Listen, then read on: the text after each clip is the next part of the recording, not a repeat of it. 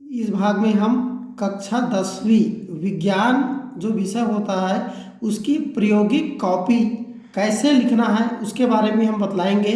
बहुत कन्फ्यूजन रहता है आप लोगों को, तो इसीलिए थोड़ा सा यहाँ पर हम उसके बारे में बतलाना चाहेंगे। लिखने के लिए कैसे हम शुरू करते हैं, तब जैसे आप प्रायोगिक के लिए अलग से कापी लेते हैं, जैसे किसी भी का ले सकते हैं या सिंपल कॉपी भी ले सकते हैं। तो यहाँ पर एक कापी है, उसमें आप देखेंगे तब नाम लिखना या अन्य जो रहती है उसी के साथ एक प्रयोगों की सूची रहती है, जिसमें दिनांक, प्रयोग का शीर्षक, उद्देश्य, प्रयोग क्रमांक, पृष्ठ क्रमांक और शिक्षक के हस्ताक्षर इस तरह से दिया गया है। और जैसे जैसे आप प्रयोग करोगे तब उसको पूरा करते जाते हैं। तब यहाँ पर इस पेज के बाद जो पहला पेज आता है आप वहाँ से क्या करेंगे, पृष्ठांकन। पूरे कॉपी में इस तरह से सर्वप्रथम आप क्या करेंगे, पृष्ठांकन करेंगे, 1 फिर 2 3 ऐसा करके पूरा पृष्ठ बना लेंगे। उसके बाद आपका जो पृष्ठ क्रमांक 1 आएगा, जो लाइन वाली पेज रहेगी, इस लाइन वाले पेज में आप अपना नाम, रोल नंबर इत्यादि का वर्णन करेंगे। और उसके बाद आप क्या करना है, आपको जैसे ही पेज पलटेंगे तब यहाँ पर से यदि आप पहला प्रयोग शुरू करना चाहते हैं तब यहाँ पर प्रयोग क्रमांक 1 या प्रयोग क्रमांक 1 हेडिंग में लिखेंगे। पृष्ठ क्रमांक, पृष्ठांकन पहले हो चुका है, जिस दिन उस प्रयोग को कराया जाता है उसका दिनांक यहाँ पर लिखना है। और इसके सामने वाला जो पेज होता है जो कोरा रहता है इसमें भी क्या लिखना है, प्रयोग क्रमांक पहला, अर्थात जो प्रयोग यहाँ पर लिखना है उसी को यहाँ पर भी लिखना है। और उसका उद्देश्य यहाँ पर लिखते हैं, तब उसका उद्देश्य भी यहाँ पर लिखोगे। अब आगे यहाँ पर देखेंगे कि आवश्यक सामग्री, विधि, परिणाम, सावधानियाँ, इन बिंदुओं को आपको लाइन वाले पेज में लिखना है। मान लो ये परिणाम यहाँ तक आ गया, सावधानियाँ के लिए यहाँ नीचे जगह नहीं है, तो आप क्या होगा, पन्ना पलटकर इधर पीछे कोरे में नहीं लिखना है बल्कि क्या करना है, यहाँ लाइन वाले पेज में लिखना है। तो ये लाइन वाले पेज के लिए हो गया। आगे आप लेते हैं कोरे वाले पेज में आप कैसे आगे बढ़ेंगे। तो जैसे हमने पहले बता दिया है कि प्रयोग जो भी क्रमांक सामने में रहेगा उसी को यहाँ पर लिखना है। और उसका उद्देश्य, अर्थात दोनों फ्रंट पेज में सामने में कोरा और लाइन वाले में क्या होनी चाहिए, पहला का ही उद्देश्य दिखाई देनी चाहिए। उसके बाद आता है यहाँ पर कोरे वाले पेज में यदि हम चलेंगे तब यहाँ पर क्या करोगे, जो संबंधित प्रयोग है उसके चित्र को बनाओगे। और चित्र बनाने के बाद उसके नीचे अगर जगह बच गया तब वहाँ पर अवलोकन को लिखोगे, अवलोकन, सारणी, गणना, निष्कर्ष। और आगे अगर जगह नहीं है तब इसके जो भाग बच जाता है उसको यहाँ कोरे पेज में आप लिख सकते हो। तब इस तरह से आपको कॉपी लिखना है। अब यहाँ पर जैसे परिणाम है और तब ये कोरे वाले पेज में भी है और लाइन वाले पेज में भी है, तो ये दोनों में मेंटेन होना है। तो ये तो लिखने की तरीका हो गया। तब तो ये कॉपी में आप पॉइंट्स को कहाँ कहाँ लिखेंगे, बिंदुओं को कहाँ कहाँ पर लिखेंगे, उसकी बात हो गई। दूसरी बात, आप सब लोग क्या करते हैं, जो पुस्तक दिया रहता है उसी पुस्तक को ज्यों को त्यों उतार देते हैं। तो आपको ज्यों को त्यों नहीं उतारना है बल्कि क्या है, प्रायोगिक कॉपी बना रहे हैं आप, अर्थात प्रयोग करने के पश्चात लिख रहे हैं या पहले कैसे करना है उसको लिख रहे हैं। तो इसमें जो भाषा शैली है उस पर ध्यान देना है। तब जैसे हम 10वीं कक्षा के लिए बतलाना चाहते हैं कि एक उद्देश्य है हमारा, पहले प्रयोग क्रमांक पहला का, मुख की लार द्वारा मंड स्टार्च पर होने वाली क्रिया का परीक्षण करना, ये हमारा उद्देश्य है। तब यहाँ पर विधि पर विशेष अपनी भाषा शैली में लिखना है। पुस्तक क्या कहता है कि पुस्तक दूसरी भाषा शैली में रहता है, वो पुस्तक क्या है आपको बतलाता है कि आपको इस तरह से करना है। लेकिन आपको क्या करना है, आप प्रैक्टिकल कॉपी बना रहे हैं, प्रायोगिक कॉपी बना रहे हैं, तो आपने जो किया उस भाषा शैली में लिखना है। जैसे यहाँ पर पुस्तक में क्या लिखा रहेगा, विधि में आधा बीकर पानी लेकर उसमें आधा चम्मच आटा डालकर अच्छी तरह से घोलें, अर्थात वो आपको कह रहा है कि आपको घोलना है। लेकिन आप क्या लिखोगे उसको कि आधा बीकर पानी लेकर उसमें आधा चम्मच आटा डालकर उसे अच्छी तरह से हमने घोला। तब इस तरह से जो भाषा शैली है उस पर विशेष ध्यान देना है।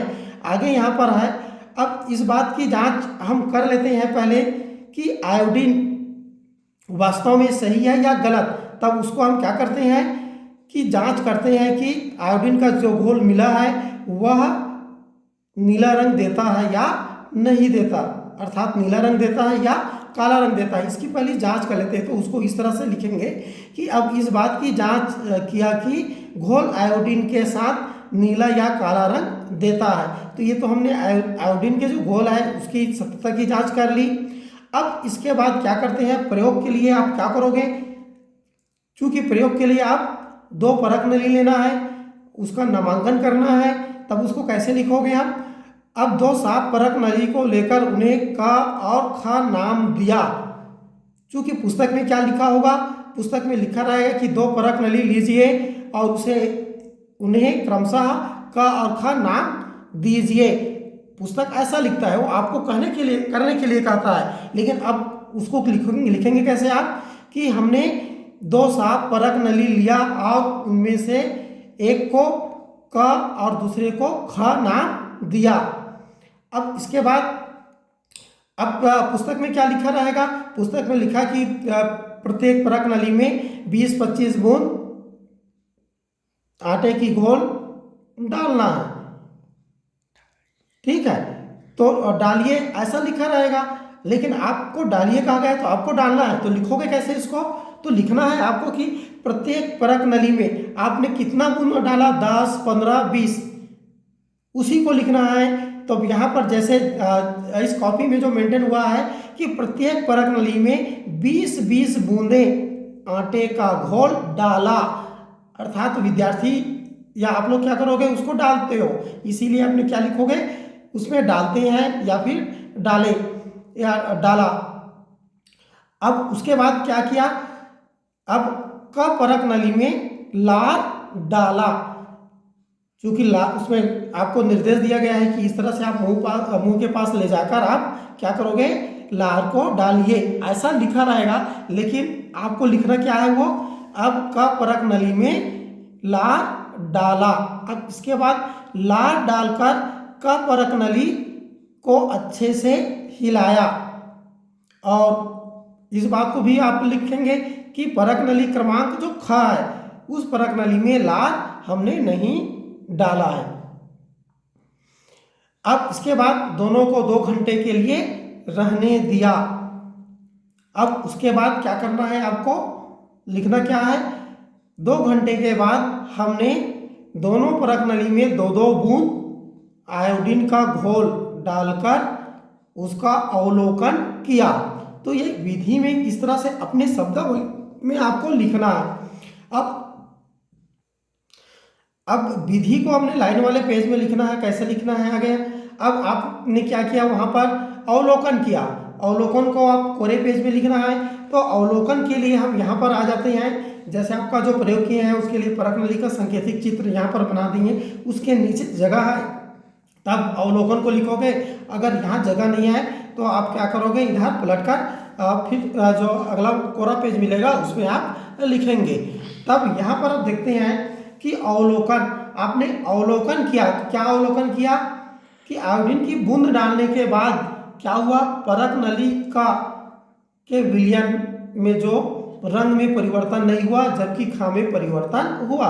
तो इस चीज को आपने देखा, तो देखने के बाद क्या लिखोगे, अवलोकन में आयोडीन की बूंद डालने पर परख नली के विलयन में कोई परिवर्तन नहीं आता है जबकि परख नली के विलयन के रंग में परिवर्तन हो जाता है, या काला रंग आया या नीला रंग आया। आप अपनी समझदारी से इसको लिख सकते हैं क्योंकि प्रयोग करके देखें। अब इसके बाद क्या करना है, प्रयोग करने के बाद जो आपने अवलोकन किया, तो अवलोकन करने के पश्चात क्या करना है, आपको निष्कर्ष निकालना है, ऐसा क्यों हुआ। तो पुस्तक में इन चीज़ों को आपको कहा गया है कि सोचो समझो ऐसा करके।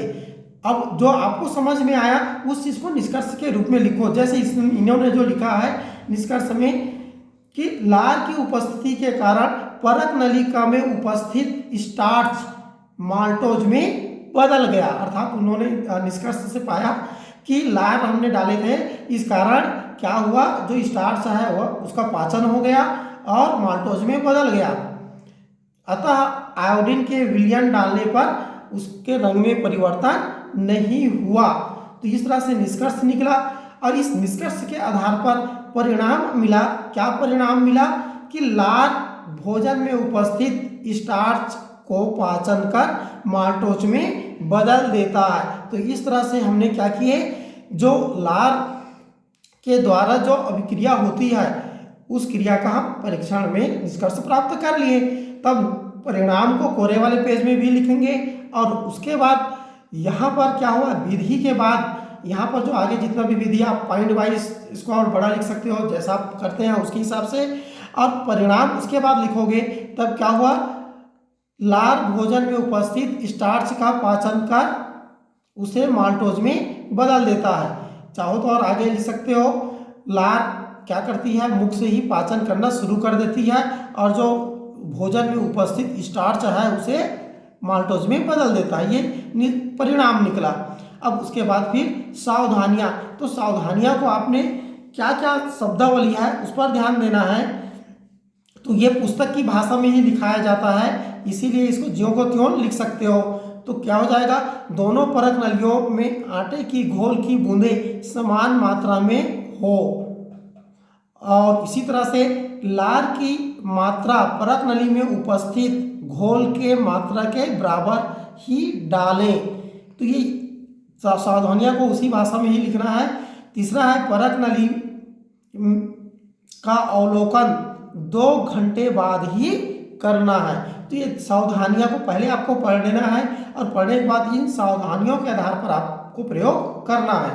तब इस तरह से इसको ध्यान से देखोगे इस वीडियो को, तो आपको कॉपी कैसे लिखना है, कैसे सेंटेंस में लिखना है वो आसानी से समझ में आ जाएगा।